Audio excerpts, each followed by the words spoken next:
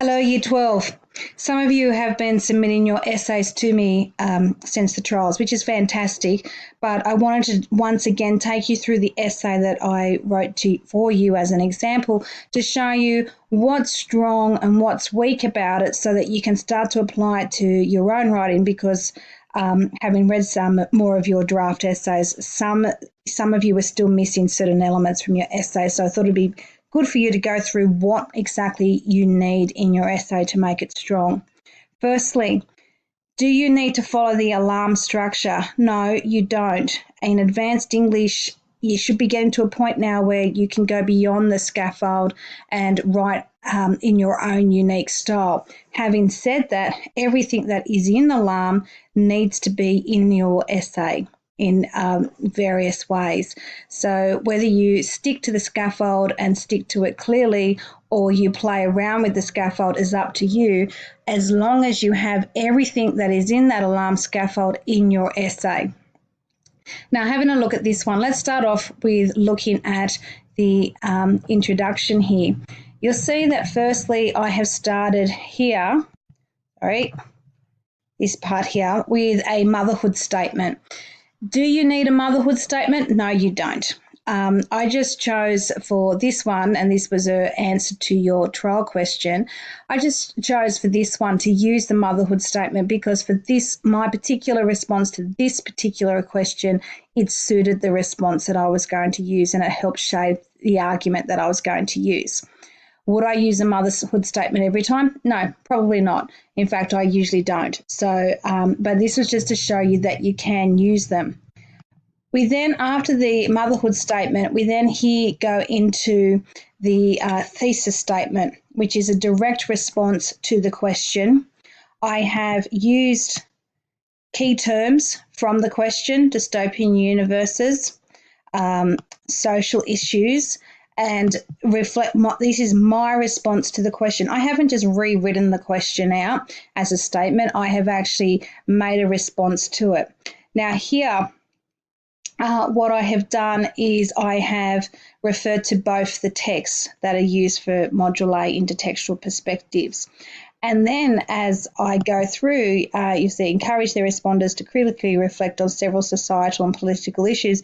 It will be shown. So here, this is cohesive language that is giving you a direct line of where my argument is going and what my essay is going to cover. I use albeit from different contexts, so I refer to the fact that this is a contextual study, this particular unit. Again, here, chime, I use the word dystopian universe again, once again, chime in the question. And here I have my arguments, the breakdown of domesticity and the family home. This sentence then gives a roadmap to the reader of where my essay is going to go. It launches me into my next paragraph. I don't just have one paragraph, then another paragraph. Every one of my paragraphs flow. So I end my introduction with a roadmap sentence. Now, could this be a stronger paragraph? Yes. In here, I could elaborate further on my thesis statement. I could discuss about what a dystopia is or what the social issues are. I could actually go a little bit deeper with it to lift it a bit more. So as I said here, I've got my roadmap sentence, which then nicely leads me into my topic sentence for my next paragraph. And then you can see that I use context first, and then I move into my discussion of the text. I'm not going to go through each one of these body paragraphs specifically, but there's things here that stand out. So I have terms like as such, conversely, yet even. These are all cohesive language phrases. It directs the reader. I keep the argument in the forefront of the mind for the reader. And then here you'll see I've got this sentence here, yet even with this political move, there was still a counteracting move that longed for the reinstatement of the 19th century woman. And then my next topic sentence, this division between the real and ideal sprung from a critical examination of the role in women in society, the role of worker and contributor to a growing economy, or the role of homekeeper and mother, the first educators of future generations. This sentence flows on from the sentence in the last, my last sentence of the last body paragraph, and this sentence are linked. So that not only am I referring back to the question in my final sentence of each body paragraph, I'm also then referring to it in my topic sentence of my next paragraph, so that the flow of the argument continues. And then I know what is weak here is I've used the word this. You shouldn't be starting sentences with this. You need to avoid that. You need to be a lot clearer. So again, as I had said to you in class, I wrote this in the 40 minutes, trying to do it the way you would do it if you're in the exam situation. And I have fallen into some of those traps. So using the word this does bring the response down. So it's something that you shouldn't be doing. But again, I have such, division, and idealization. So the word such is a cohesive word. Maria is presented to the audience repeatedly with backlighting to create a halo effect, strengthening the allusion to the Virgin Mary. So now I'm starting to move into my textual study. I've got my techniques, I've got my evidence. I have in the enchanted garden, she is contrasted. By using in the enchanted garden, I'm using context of the text. I'm saying to the reader of my essay, what part of the film am I talking about? You need to have those little contextual links in there for the text. Otherwise, your reader of the essay is going to get really lost.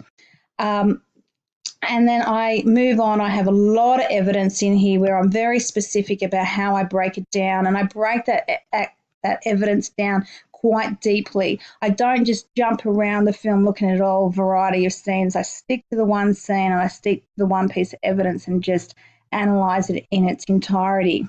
Again, I've got such, again. So these again are these cohesive words that keep us on track with where we're going.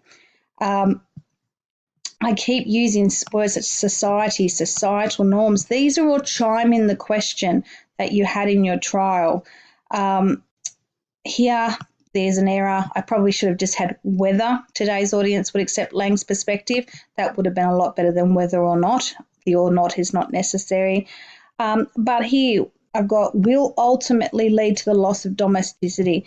The word ultimately is our evaluative word, reminding us that the fact that the question was asking for an evaluation. Again, another cohesive word here, it must be argued. And then I go on to my next topic sentence, and again, so we have here absence of children.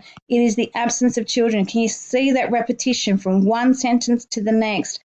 I'm keeping that flow of the argument the whole way down.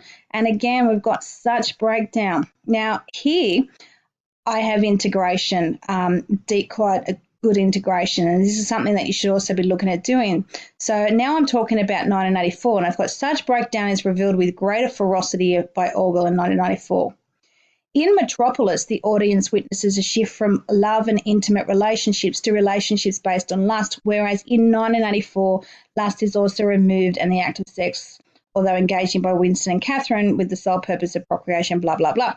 So what I've done is I reminded the audience, my reader, of the argument I made in the last paragraph to integrate my discussion of 1984 and Metropolis. And then for 1984, I'm going to take it further.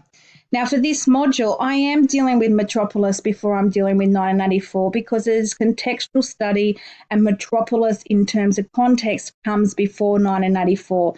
It's 20 years earlier, so it needs to be dealt with first. Now, what I'm going to do, because we obviously don't have time to go through the whole paragraph, the whole essay, but I'm going to come down to my conclusion. Now, as we said, we went through it in class, and one of my fundamental errors in my conclusion is I introduced new evidence and I introduced a new argument, which is a big no-no. So please don't do that. It's not something that you should be doing. So it is something that you need to avoid doing. And so in that, if this was an exam, that's something that's going to pull my marks down. But what the things that I wanted to talk to you about in my conclusion is what makes it strong is if we start from, say, about here. The forewarning of both composers failed. Women fought for their right to choose work. Women must now work. They are as enslaved as the men of both texts. Children are raised in education centres. So now I'm starting to bring in our context as well. Yet the one thing that women wanted, freedom from oppression, has never ceased. Women are still fighting for this right. However, so the use of however is a good cohesive word. Both texts do reveal that women had to fight against oppression. It was just the method that failed. Unfortunately, as Orwell reveals, at the time you think there's no other way of saving yourself and you're quite ready to save yourself, you don't give a damn what they suffer. All you care about is yourself. Thus is a really good cohesive word and argumentative word. Thus, both texts have failed in ensuring the composer's contemporaries critically reflect on their own society. So I have here words from the question. I have made my evaluation, and you'll see now when we go through this that I actually twist my evaluation around. Thus, both texts have failed in ensuring that composers' contemporaries critically reflect on their own society, not because the texts themselves have failed, but because the audience was already lost. The audience had already entered a stubborn, self-willed exile from the loving breast. Things that make this strong is I've finished with a quote from the text. I've used the composer's words to further enhance my argument. I have used high modality. I have used words such as thus, so strong, evaluative words. So here's a bit of the high modality, have failed. I have also made it go beyond just the text to broader society, and I have chimed the question in. So it's not just about these texts now, it is about humanity in its entirety, and this is what you need to be doing in your conclusions to make them strong. Now, as I've told you before in class, I wrote this essay deliberately with a radical line of thinking so that you don't copy it. You cannot copy it in your HSC. That is called plagiarism and it is cheating.